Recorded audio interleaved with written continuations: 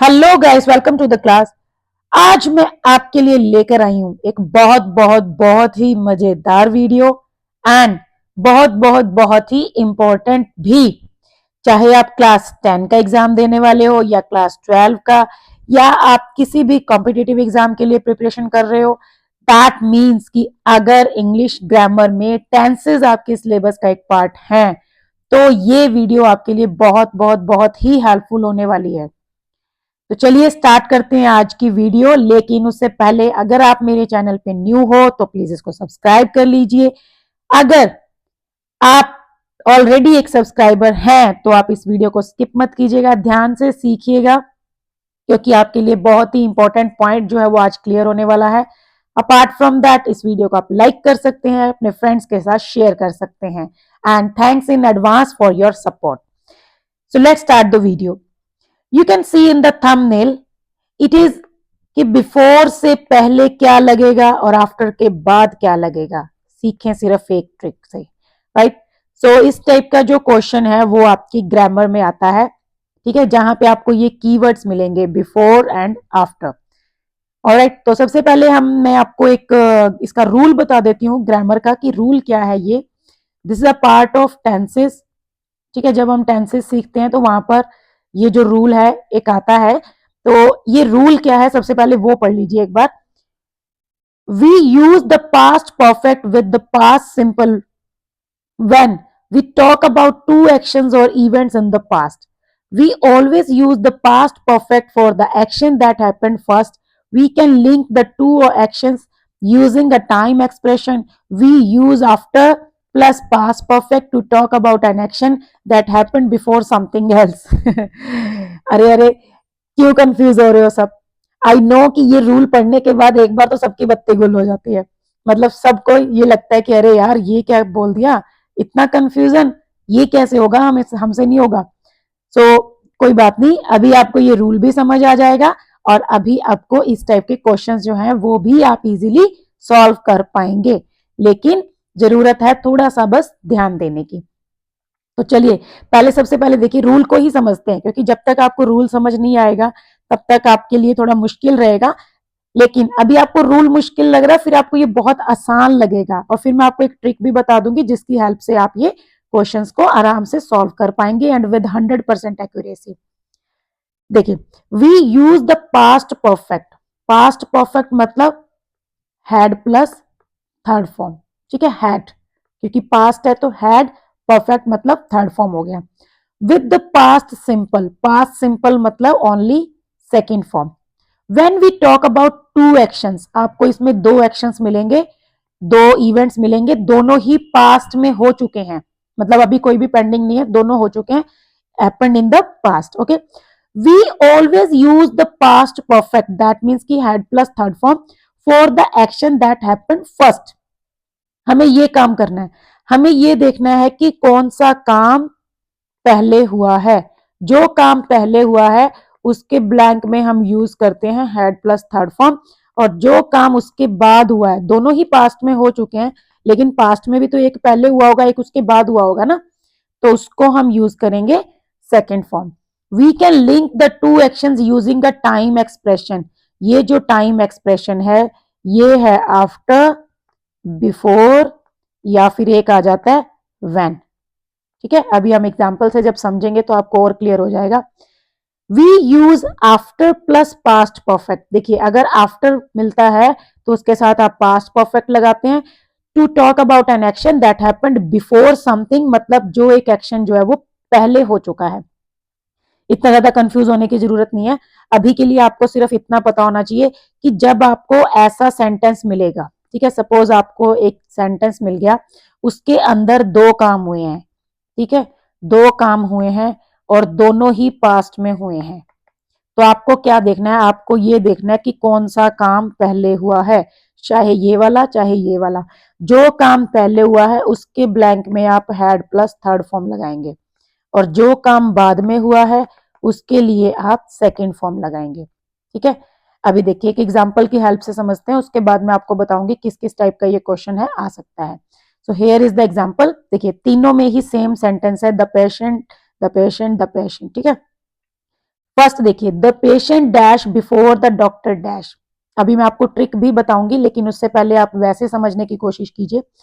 The patient dash before, right, the doctor dash. अब आप इसको पहले ट्रांसलेट कीजिए कि पेशेंट मर गया था डॉक्टर के आने से पहले, ठीक है। तो कौन सा काम पहले हुआ? पहले पेशेंट की डेथ हुई, उसके बाद डॉक्टर आया, तो दैट मीन्स कि ये काम पहले हुआ है, तो यहां पे हो गया हैड डाइट, और डॉक्टर बाद में आया तो ये हो गया अराइव्ड। यहां पे कहता है the patient dash after the doctor dash, patient मरा लेकिन डॉक्टर के आने के बाद, राइट, पेशेंट डॉक्टर के आने के बाद मरा।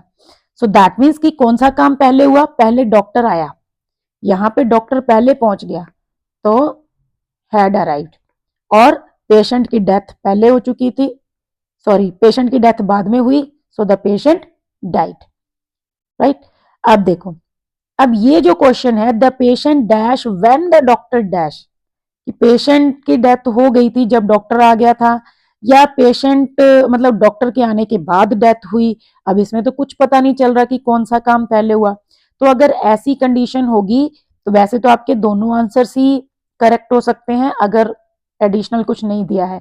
नहीं तो आपको कोई ना कोई एडिशनल इंफॉर्मेशन जरूर दी होगी, जिससे आपको ये पता चलेगा कि पहले डॉक्टर आया था या पहले पेशेंट की डेथ हुई थी। ठीक है, अभी इस पे हम बात करते हैं। पहले हम इनकी ट्रिक समझ लेते हैं बिफोर एंड आफ्टर वालों की।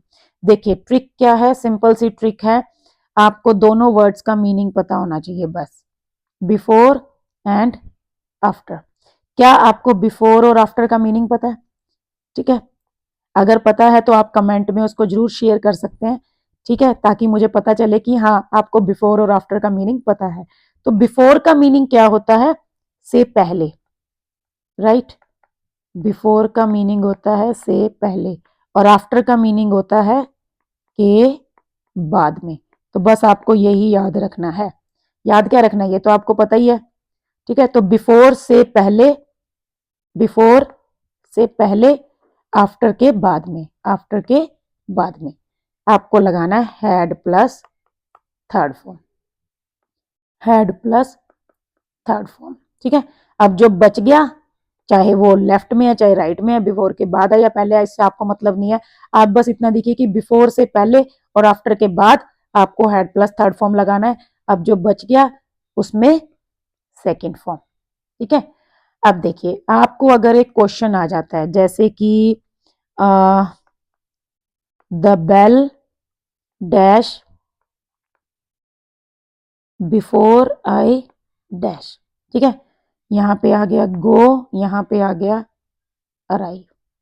अब आपको क्या करना है, आपको सिंपल देखना है कि बिफोर है, बिफोर से पहले हैड प्लस थर्ड फॉर्म, और बिफोर के बाद राइट। अब अगर आपको ये चीज याद होगी है तो आपको बाकी चीजों से कोई लेना देना नहीं है फिलहाल के लिए। अगर आपको ये याद नहीं हो रहा है, आपको समझ वैसे समझ आ रहा है, तो आप वैसे समझ के देखिए कि the bell dash gone, the bell dash before I dash, कि मेरे आने से पहले बेल लग चुकी थी, तो पहले ये काम हुआ है, पहले बेल लगी है, तो इसके लिए हेड प्लस थर्ड फॉर्म होगा क्योंकि ये पास्ट परफेक्ट है, ठीक है। और उसके बाद मैं पहुंचता हूं तो वो सिंपल पास्ट होगा, उसमें सेकंड फॉर्म आ जाएगी। अगर आपको ये अच्छे से समझ आ रहा है तो वेल एंड गुड, लेकिन अगर ये समझ नहीं आ रहा है तो आप सिंपल याद रखिए कि बिफोर से पहले और आफ्टर के बाद हेड प्लस थर्ड फॉर्म, और जो बच गया उसमें सेकेंड फॉर्म। आपके क्वेश्चन पेपर में मोस्टली क्या होगा, आपको एक ब्लैंक दिया होगा, आप ये भी कर सकते हैं, ठीक है। फिलहाल तो ये ट्रिक तो फुल प्रूफ ट्रिक है ही। इसके अलावा आप क्या कर सकते हैं, जैसे आपके मान लीजिए क्वेश्चन पेपर में क्वेश्चन आ गया, ठीक है, कोई भी क्वेश्चन आ जाता है, उसमें आपको सपोज करो एक ब्लैंक में ऑलरेडी दे देगा, राइट। अगर उसने सेकेंड फॉर्म दी है तो जो बच गया आप उसमें हेड प्लस थर्ड फॉर्म लगा दीजिए। अगर उसने हेड प्लस थर्ड फॉर्म दिया है तो जो बच गया उसमें आप सेकेंड फॉर्म लगा दीजिए। अभी जो चंडीगढ़ रीजन का प्री बोर्ड हुआ था उसमें जो फर्स्ट क्वेश्चन है, मैंने उसकी वीडियो अपलोड की हुई है, आप वहां पे जाके फर्स्ट क्वेश्चन उसका देख सकते हो। जो फर्स्ट क्वेश्चन था ना वो यही था, मतलब उसके अंदर क्या था, ऐसे ही सेम आपको एक जो है ये क्वेश्चन कुछ इस टाइप का था, the director had come out of the office before I dash, और नीचे 4 ऑप्शन दिए हुए थे अराइव के। ठीक है, तो ये करना था। ये ना बहुत से बच्चों ने रॉन्ग किया, मतलब बहुत से स्टूडेंट्स ने ये क्वेश्चन रॉन्ग किया। क्यों किया? अच्छा, कईयों ने ना हैड अराइव्ड कर दिया, ऑल राइट, और कईयों ने अराइव्ड किया। जिन्होंने अराइव्ड किया उसका तो ठीक हो गया, लेकिन कईयों को ना शायद ये कंफ्यूजन ही रह गया कि बिफोर से पहले थर्ड फॉर्म थी हेड प्लस या बिफोर के बाद थी, डोंट नो। अगर तो आपको ये याद आ जाता है कि बिफोर से पहले और आफ्टर के बाद हेड प्लस थर्ड फॉर्म है, ठीक है, तो ठीक है। अगर आपको नहीं याद आता ना, तो आप ये देखो कि already head plus third form तो दे दिया है, तो 2 बार हेड प्लस थर्ड फॉर्म क्यों आएगा? एक बार अगर हेड प्लस थर्ड फॉर्म आ गया है तो दूसरी बार सिंपल फर्स्ट सेकंड फॉर्म आएगी, that is arrived is the correct answer. और अगर वो यहाँ पे अराइव्ड दे देता, तो आप ये देखिए कि अगर एक बार सेकंड फॉर्म आ चुकी है तो दूसरे ब्लैंक में क्या आएगा? Head plus third form. ठीक है, मतलब कहने का क्या है कि आपको ये 3-4 चीजें याद रखनी है। नंबर 1 तो ये कि बिफोर से पहले और आफ्टर के बाद हेड प्लस थर्ड फॉर्म। उसके अलावा आपको ये याद रखना है, जो बच गया बिफोर के बाद और आफ्टर से पहले सेकंड फॉर्म। दूसरा आपको ये याद रखना है कि अगर एक में हेड प्लस थर्ड फॉर्म दे दिया तो ऑब्वियस है कि दूसरे में सेकंड आएगा, चाहे आपको याद आए ना आए कि पहले में हेड प्लस थर्ड आना था या बाद में। आप सिंपली ये देखिए कि अगर हेड प्लस थर्ड दे दिया तो सेकंड, सेकंड दे दिया है तो हेड प्लस थर्ड। ठीक है, कहने का मतलब ये है कि जैसे एक मयान में 2 तलवारें नहीं ना रह सकती, वैसे ही एक ही सेंटेंस में 2 बार हेड प्लस थर्ड फॉर्म या 2 बार सेकंड फॉर्म ये नहीं आ सकता। आपको ये याद रखना है। आपको अगर एक हेड प्लस थर्ड फॉर्म मिल गया तो दूसरे में आप सेकंड लगा दो, और अगर आपको एक तरफ सेकंड मिल गया तो दूसरे की तरफ आप हेड प्लस थर्ड लगा दो। रही बात व्हेन की, जब व्हेन वाला क्वेश्चन आएगा तो आपको कुछ ना कुछ एडिशनल इंफॉर्मेशन जरूर दी होगी, अदरवाइज कंफ्यूजन क्रिएट नहीं करता एग्जामिनर कभी भी। क्योंकि एग्जामिनर जब भी क्वेश्चन पेपर आपका सेट करता है तो वो क्वेश्चन को थोरोली चेक करते हैं कि इसमें किसी टाइप का कंफ्यूजन ना हो, एक से ज्यादा करेक्ट आंसर्स ना हो। अगर वो सिंपली आपको व्हेन दे के छोड़ देता है तो ये तो कंफ्यूजन रहेगी ना कि पहले हेड प्लस थर्ड फॉर्म आएगा या सेकंड आएगा, तो वो या तो आपको एक ब्लैंक फिल करके देगा। ठीक है, मतलब इसी टाइप का क्वेश्चन वो आपको दे सकता है, जैसे कि just minute, the bell rang, okay, the bell rang when I dash school. अब आपको ब्रैकेट में या दे देगा कम, या फिर आपको 4 ऑप्शन दे देगा, हैड कम, केम, कमिंग।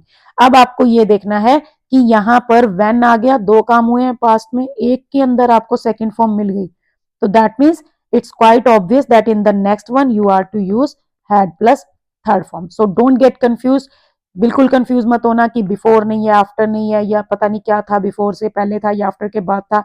आप सिंपली देखिए, अगर एक के अंदर सेकंड फॉर्म आ गया, दूसरे में हैड प्लस थर्ड फॉर्म आ जाएगा। ठीक है, so the bell rang when I had arrived the school और when I had come to the school. Alright, कि बेल बाद में लगी है, मैं पहले पहुंच गया हूं।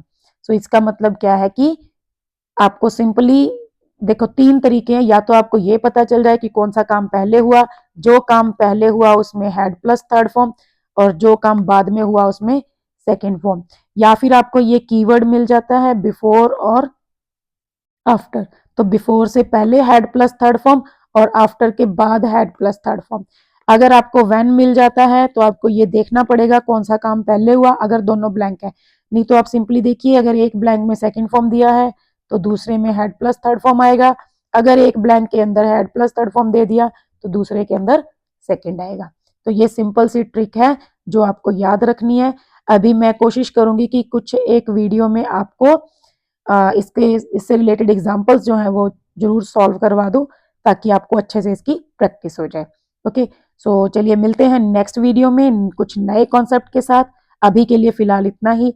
सीखते रहिए, प्रैक्टिस करते रहिए। All the best for your exams. Thank you, bye.